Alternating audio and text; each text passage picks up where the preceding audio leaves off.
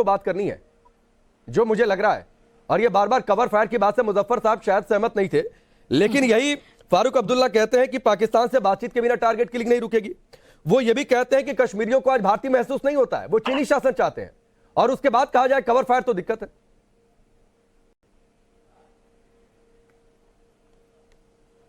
बिल्कुल, और मैं मुजफ्फर साहब से ये कहना चाहूंगी, आपने तशद्दुद की बात की, आप बताइए क्या ये मुमकिन है कि दहशतगर्दी और दहशतगर्दी की धमकी में पनप रहे गंदे तालाब में क्या मुमकिन है कि किसी तरह से बातचीत, भाईचारा का फूल या कमल खिले? क्या ये संभव है? क्या दोनों चीज हो सकती हैं? आप ये बताइए कि हमारे विदेश मंत्रालय ने बिल्कुल पूरी तौर पर ये साफ किया है कि हम बेहतर रिश्ते चाहते हैं, पड़ोसी का होने का रिश्ता भी हम निभाना चाहते हैं, और एक राष्ट्र का और जिम्मेदार राष्ट्र का भी। लेकिन आप बताइए लगातार जो कुछ हो रहा है उसके बारे में, और फारूक अब्दुल्ला के इस बयान पर अब आपकी क्या सोच है? क्या आप इससे इत्तेफाक रखेंगे और किस मुंह से इत्तेफाक रखेंगे जब फारूक अब्दुल्ला बाकायदा ये कह रहे हैं कि बातचीत जरूरी है, मुज़ाकरात जरूरी है? और आपको क्या याद नहीं है कि स्टैंड पाकिस्तान का हमेशा रहा था कि हमें बात करनी है, लेकिन हमारा ही हमेशा स्टैंड रहा है कि टेररिज्म और उसकी आड़ में, आतंकवाद की आड़ में कोई भी बातचीत संभव नहीं है। उसके साथ मैं आपका ध्यान केंद्रित करूंगी मुजफ्फर साहब, आपका और सब दर्शकों का भी। क्या क्या बयान आए हैं फारूक अब्दुल्ला साहब की तरफ से?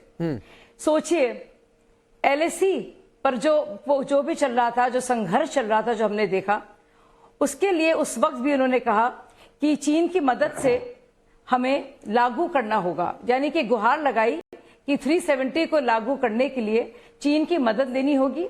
और जो LAC में जो कुछ भी हो रहा है, जो संघर्ष है, जो कॉन्फ्लिक्ट है, जो रोजाना की स्कर्मिशेस हो रही थी उस वक्त, उसमें कहा कि भारत की पूरी सेना कुछ भी नहीं कर सकती। चाहे वो 2020 का उनका जो गुहार लगाई थी उन्होंने चीन से, या फिर 2019 में 370 को हटाने को लेकर उन्होंने कहा था कि उनकी पहचान पर आघात है। उन्होंने ये भी कहा था कि वहां के कश्मीरी जो हैं भारत होने का जो एहसास है वो महसूस नहीं करते। 7 अगस्त 2017 में कहा था अगर आर्टिकल 35 हटाया जाएगा तो क्या बगावत होगी। ये भी कहा था 2017 में कि पाकिस्तान से POK नहीं लिया जा सकता, पाकिस्तान ने चूड़ियां नहीं पहनी है, भारत कुछ भी कर ले, POK को नहीं ले सकता, लेके तो दिखाए। इस तरह के बयानात आए फारूक अब्दुल्ला साहब की तरफ से। आपने बहुत बेहतर तरीके से गिनवा दी उनकी बातें। अलग अलग रास्ते पे ना चले, एक साथ चले। ठीक है शाजिया, मैं दोबारा आपके पास लौट कर आता हूं। इरफान हाफिज लोन जो बातें शाजिया, ये है फारूक अब्दुल्ला का चीन प्रेम और पाकिस्तान प्रेम। बिल्कुल वही मैं कह रहा था। इरफान हाफिज लोन, क्या आप भी ये चाहते हैं कि पाकिस्तान गोली चलाता रहे, आतंकियों को भेजता रहे, घाटी में आधार कार्ड देकर गोली मारी जाती रहे, और हम कहें कि साहब हम तो बातचीत करेंगे, आ जाओ बातचीत करते हैं? देखिए, मैं आपसे ये कहना चाहूंगा कि कहीं डिकेड से भारत सरकार की विदेश नीति रही है कि गोली और बोली साथ साथ नहीं चल सकती है। लेकिन उसके बावजूद हमने देखा वाजपेयी जी लाहौर गए बस से, लाहौर डिक्लेरेशन हुआ, गोली के बावजूद आगरा समिट हुआ, गोली के बावजूद मोदी जी वहां लाहौर चले गए। तो मैं ये कहना चाहता हूं, जो वाजपेयी जी का कहना था कि दोस्त बदल सकते हैं हम लेकिन पड़ोसी नहीं, और उन्होंने कहा था इंसानियत, जमहूरियत, कश्मीरियत के दायरे में इस कश्मीर समस्या का समाधान करना होगा। मैं शाजिया जी से पूछना चाहता हूं, शाजिया जी आप कहते हैं कि इन कुछ नेताओं के, पार्टियों के विरोध में बोल रहे हैं। मैं आपसे कहना चाहता हूं, आप कहते थे, चिल्लाते थे कि ये गुपकार गैंग है। अगर ये गुपकार गैंग आप मानते हैं तो फिर आप भारत के प्रधानमंत्री जी ने नेशनल कॉन्फ्रेंस PDP इन लोगों को क्यों बुलाया दिल्ली और कहा हम दिल्ली की दूरी और दिल की दूरी को दूर करने के लिए आपको बुला रहे हैं? अगर आप ही कहते ये गैंग है तो आपके इसमें कंट्राडिक्शन है, उसमें मुकम्मल कर रहा हूं प्लीज। उसके साथ साथ मैं आपसे ये कहना चाहता हूं, ये गांधी जी का देश है, हम चाहते हैं कि बातचीत से हर समस्या का समाधान हो।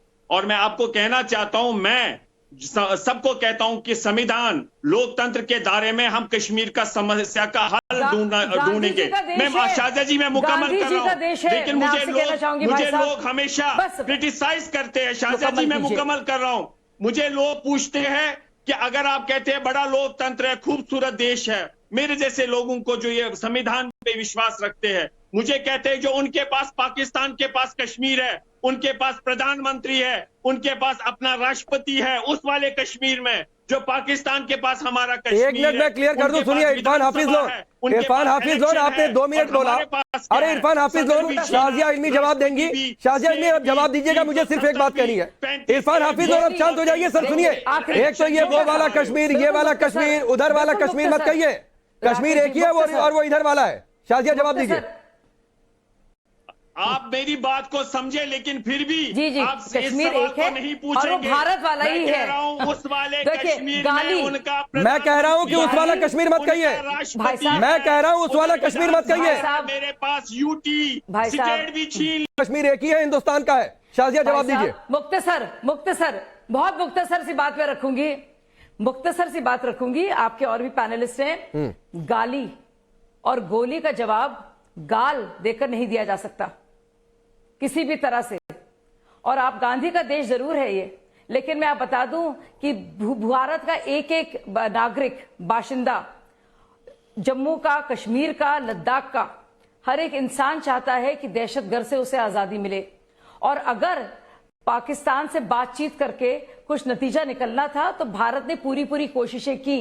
लेकिन अगर आपको लगता है कि गाली और गोली का इलाज ये है कि हम जो है बर्दाश्त करेंगे दहशतगर्दी की धमकी और दहशतगर्द देश को, तो वो नहीं किया जाएगा। अत्याचार है उस पे कौन सी अरे तो कश्मीरियों से बात करेंगे हाफिज लोन साहब, लेकिन पाकिस्तान गोली चलाएगा तो पाकिस्तान से बात करने नहीं जाएंगे। सुन लीजिए ललित अंबरदार साहब। ठीक है सर, बाकी मेहमान बोल ले, बाकी मेहमान बोल ले। इरफान हाफिज लोन आपकी बात हो गई, अभी 2 मेहमानों ने नहीं बोला है, मैं उनके पास चला जाऊं। अरे सुनिए सर हाफिज लोन साहब, अरे नहीं ऐसी तकरीरें नहीं चलती है सर। तकरीरों का कार्यक्रम नहीं है, डिबेट का कार्यक्रम है। नहीं तो तकरीरों का कार्यक्रम मत बनाइए सर। नेशनल टेलीविजन पर यह डिबेट का कार्यक्रम है और देश के लोग बड़े ध्यान से सुनते हैं डिबेट को, इसलिए मीनिंगफुल डिबेट करिए सर। ठीक है, मैं आगे बढ़ता हूं सर, मैं आगे